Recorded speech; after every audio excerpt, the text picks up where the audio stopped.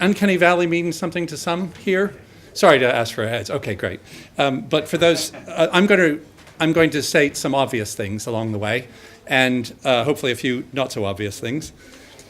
So, how many remember A History of the World in 100 Objects, British Museum? Groundbreaking, amazing, wonderful. Did anyone get to the museum during that period, during the run of that program? I had the great opportunity to do that. My wife and I went up to see some of the objects. This one in particular is special. It's 1.8 million years old. It's the oldest in the British Museum collection. It was behind glass, as you'd expect, but a sister rock, chipping tool, was out for handling. And there was someone there, volunteered to let us handle it, and so we did. It's the same age, it's from the same pit, the same area, it had the same history. There was nothing quite like having your hands on that kind of ancient history and connecting with that much history of humanity. So, why can't we do that with more things? Well, they're locked away in vaults, aren't they? The Rosetta Stone, I saw when I was a kid on the first visit to Britain, and then came back and realized it's a copy. Because the original is so valuable, it's hidden away in vaults somewhere. We're already dealing with very good copies, so maybe we can push that a little bit further. Sorry for a lot of text. Mixed reality, augmented reality, and virtuality. What's the difference? How do they come together? This seemed a useful bit of text from a taxonomy of mixed reality visual displays back in '94. People have been kicking around with this for a while. But what some call, Milgram and Kishino, the virtuality continuum, merging real and virtual worlds and producing new environments where physical and digital objects coexist and interact. And it's where you are in that spectrum, according to them, I think it's useful, that defines whether it's augmented, whether it's mixed, and in what way. So are you putting real things into a virtual world or virtual things into a real world, and how do they interact? How do we interact with them, and so forth?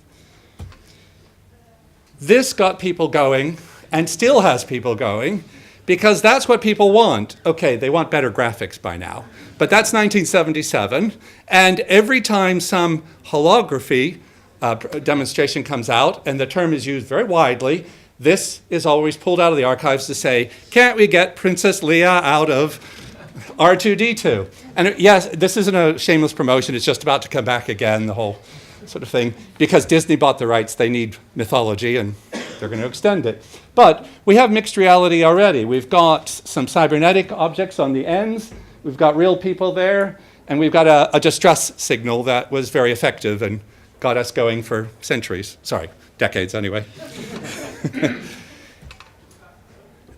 Some of you may have seen back in April, Stephen Hawking was beamed to the Sydney Opera House, and this is his daughter, in fact, who was there to welcome him.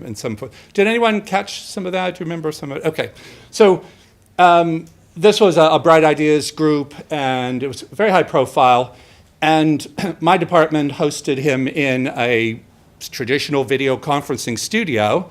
But Cisco came in and used some very fancy equipment, what they call telepresence. Have you come across the idea of telepresence? So that is a mixing of reality, and it's a trick. It fools you to think that the half desk in front of you that costs about $250,000 to start to engineer your room is connected with the half desk in another room that's $250,000 somewhere. And they glue together, and we put it together and think, great, we've mixed the realities, and we can talk across this table. They're using a similar sort of thing. In fact, it's not holography, folks. It's Pepper's ghost, which is the old stage trick from the 19th century. The technique was described about the 16th century. And you can go back before that. It's a great old magician's trick. And those of us who did magic in our youth used it a number of times. So what's the uncanny reality? When you start to see the strings. Anyone familiar with Wizard of Oz? When Toto pulls back the curtain and sees the man configuring or running the equipment, then you've got a kind of shock. Things aren't quite right. Back in '70, Masahiro Mori came up with this term. And it's the reaction we have, the kind of revulsion or oddity or the strangeness factor, when things are close, but not quite real enough, not quite human enough. And sorry, corpses and zombies get us way into that valley. And perhaps that's part of our fascination as well, because we're also attracted by this kind of revulsion thing. But really good puppets and cybernetic equipment might get us over that, maybe. But a lot of things, stuffed animals, humanoid robots, well, you adapt. And we probably have very personal reactions to these things. So how we do mixed reality matters as to how we react with it. And our interaction matters, including if we're going to try to spread this great new world. By the way, that's a robot down there, and you can see the back of his head is missing. And as I pointed out, you might have a little bit of a reaction to it because it's kind of odd to see something that looks human that has half the head missing. Okay, zombie fans are exempted from this, by the way.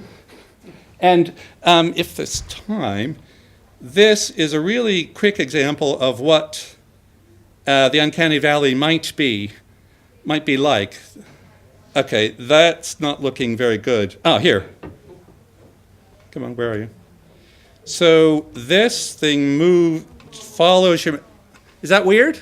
Yeah. She's actually known as Creepy Girl. It's in the URL.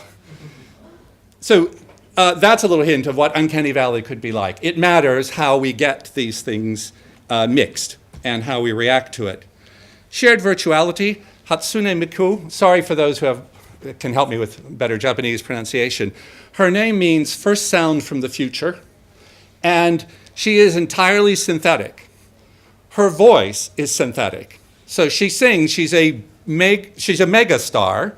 She tours, and there are fan pages all over, but she is using, or the group that's using is a UK company that also worked with Cisco and Stephen Hawking. It's Pepper's Ghost again. It's a way of using, you could say smoke and mirrors, in this case, fine gauze or some other material that will take a projection.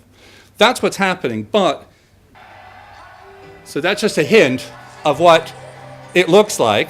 There's a live band there, but she's performing, and she twirls around and dances. I was making a joke earlier, and there won't be any other dancing just on the screen. So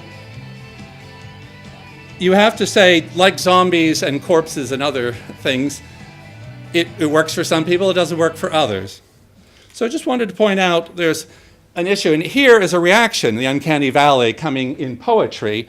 A poet, Maria Teroni, in a poem called A Hologram State of Mind says, and now in Japan, rising pop diva cat girl Hatsune Miku, high-def, green-haired avatar, sings. Synthesized pop in huge stadiums, bloodless and breathless for thousands of fans. I don't think Maria is one of those fans. So, what do we have now? We have technology that can capture, can scan to a very high definition. These are some examples from a Center for Human Evolution Studies, which is part of where some of this conversation started at Cambridge, among many others. And it uses some well-known software to take fairly precise measurements and be able to reproduce skull fragments. So there's something called a Duckworth collection. It's one of the world's best collections of human remains from all eras, but it connects up, usually in person, with the Leakey family in Kenya or others in other parts of the world working on this. That's another example of it. So the question that's been coming up is, how do we move these around so that not only researchers, but other people in the world can get access to this and see what did people 10,000, 20,000, 100,000 years ago, human ancestors, what do they look like? What are their cheekbones like? More importantly than that, can I get this very rare skull fragment up against one in another part of the world?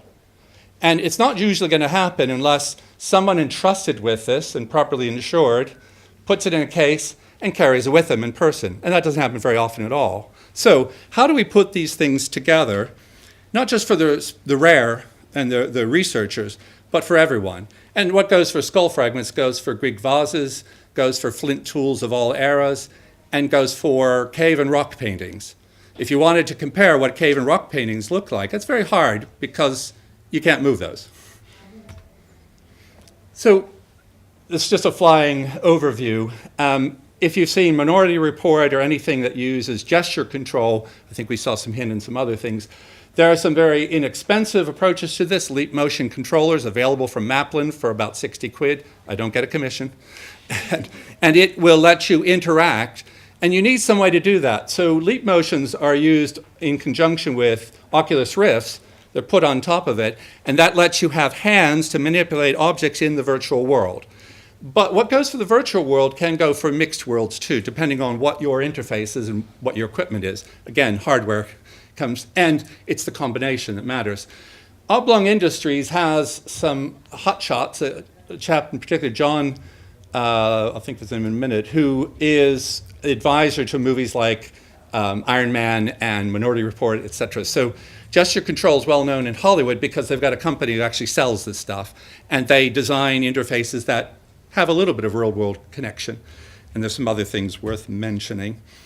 So Oculus Rift gets a lot of press. Facebook bought them for good reasons. It's big press. But they also warned everyone, we're in it for the long game, and don't invest in this unless you are in it for the long game. This is going to take a long time. Not even getting to contact lenses just yet. Sorry. But maybe Microsoft HoloLens, or what comes after that, has a little more room. Here's a plumber example. Has anyone seen this before? Right, so it's a very helpful sort of thing. In fact, it's so helpful, it's showing mixing of realities and mixing of family models. So here's someone in another part of the world with a tablet showing someone else being shown on the wall through the HoloLens, but the goggles let you see through the world and mix what's on the computer and in the real world. So this chap down here can show this is where you apply your wrench and you turn in this direction. And that's a very helpful thing to do, not only for under-sink plumbing, but for heart surgery or anything that comes from that. And what goes for heart surgery and plumbing also goes for museum work, so that we can have some way to put two things together that will not coexist otherwise. So, oh, and if you haven't seen the IKEA app, it's a very, have some not seen it? Try it out. The catalog, you can put a sofa here or see what a rocking chair looks like in that corner. It's kind of nice. 1 minute, Ron. Thank you. So, true 3D display, laser plasma displays in air or water. A Japanese company called Ariel Burton. I think that's a real display. You could actually do the bat signal now in thin air. And that's in water, a moving display, and I probably don't have time to run this, so, okay. Because if it works, we get butterflies in the air.